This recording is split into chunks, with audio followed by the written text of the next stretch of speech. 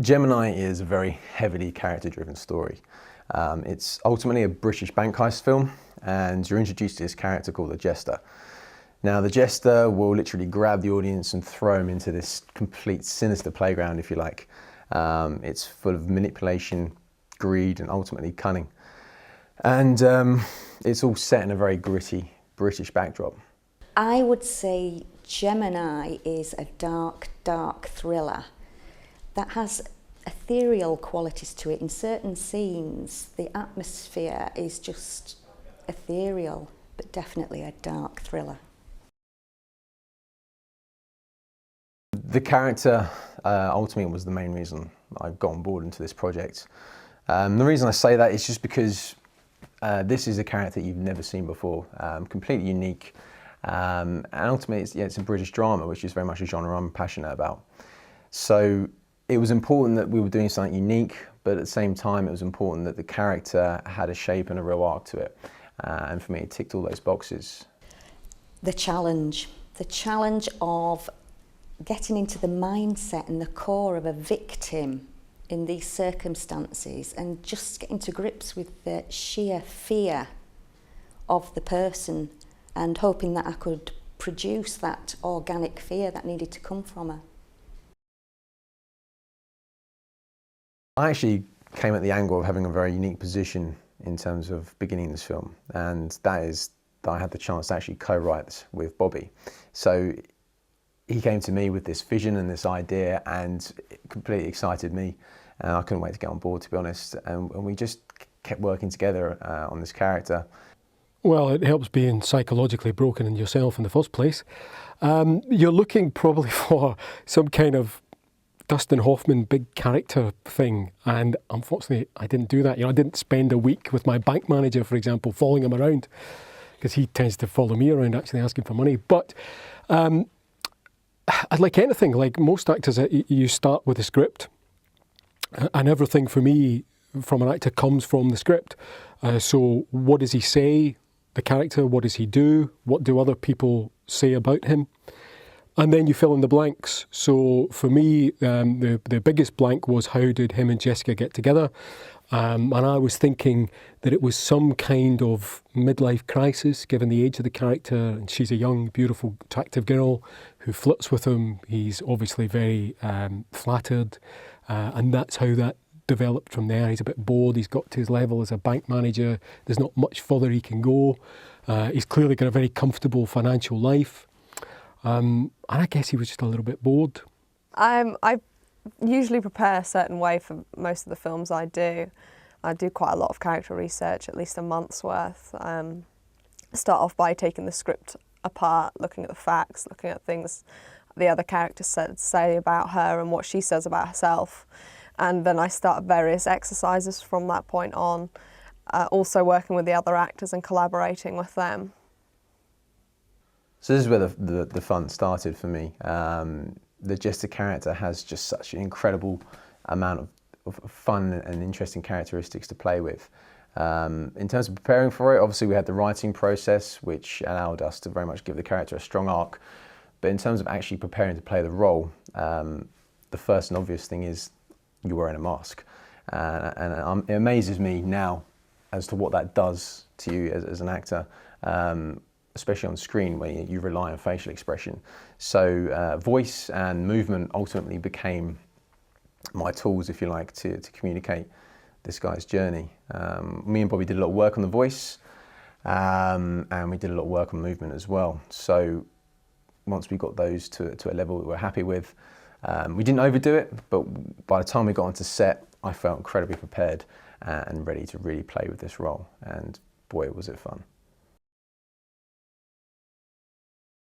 My overriding memory of I think it was 10 days that we were on it, was the real sense of camaraderie from everybody, from the supporting artists, right the way through to the director's mum and dad, who were making teas and coffees and feeding us at all sorts of hours.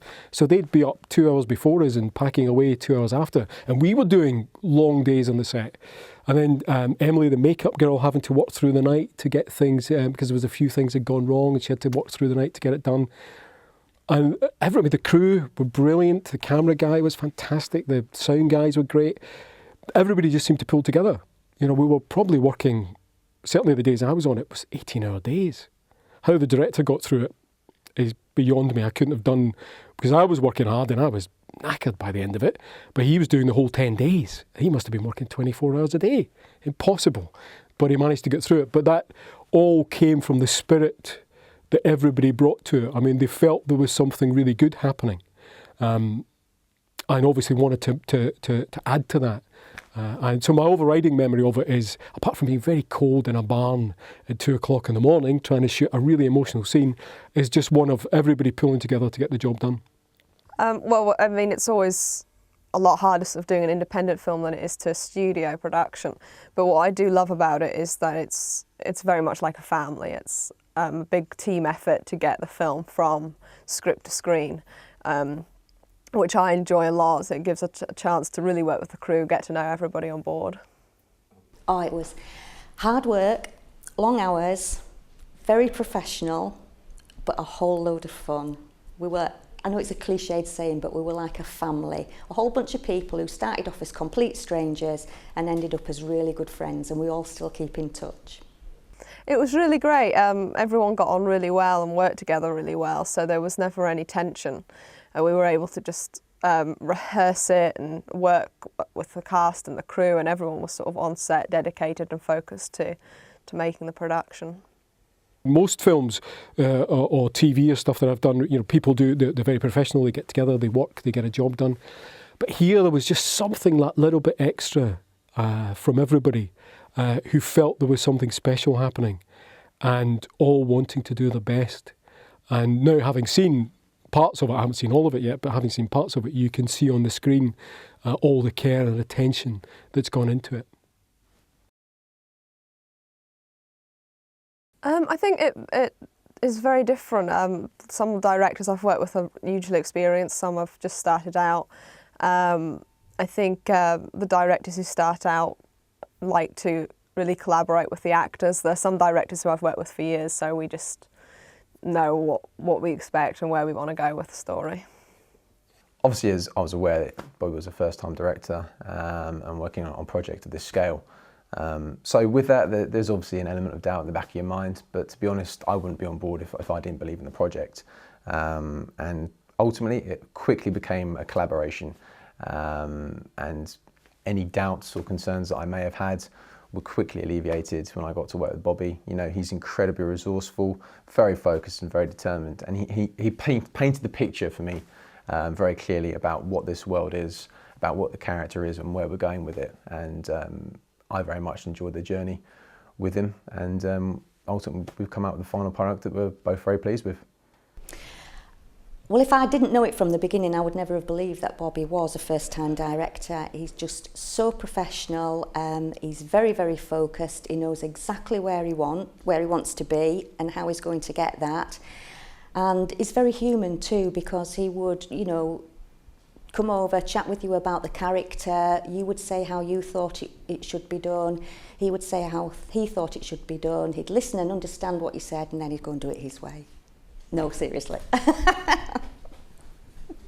I really enjoyed working with Bobby. We did a lot of rehearsals before take, which would give us a really good chance to sort of play with the scene, figure out where we both wanted to go, and it was great because I was allowed to bring a lot of what I thought would work to the table, so we could find out how we both felt the scene should be played. It was great. It was great working with her. She's a real pro, and we had a lot of fun together. And what was interesting is that we had actually auditioned at exactly the same time, on the same day.